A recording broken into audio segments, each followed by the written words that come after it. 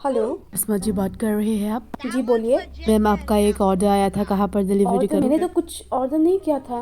Please एक बार आप confirm कर लीजिए हाँ, पहले। एक मिनट होल्ड पे रखिए।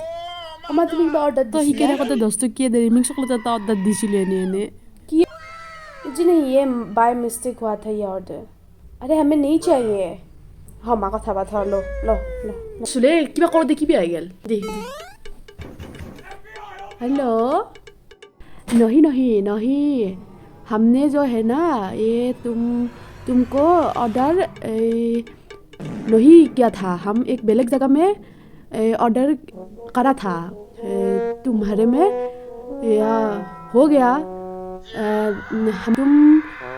तुम राखी लोआ, तुम काम आएगा। तुम राखी लोआ। तुम ऑर्डर ऑर्डर तो हमने मोर नंबर में ही किया था। ओटीपी हम नहीं देगा। ये ओटीपी हम क्यों देगा? तुम ओटीपी के तुम कथा तुम नहीं करेगा। हम तुमको पुलिस लेके जाएगा। तुम क्या समझते हो? हम कुछ नहीं जानता। हम सब जानता है। हम पुलिस के अंदर भर्ती कर देगा। ये सब हमारे साथ हम बात ये ओटीपी खुदी है। ओटीपी मैं क्या दूँ? अगला मैं ओटीपी लेना दूँ। हंगा तुम फोन रखूंगा। हम साथ हम बात नहीं करेंगे।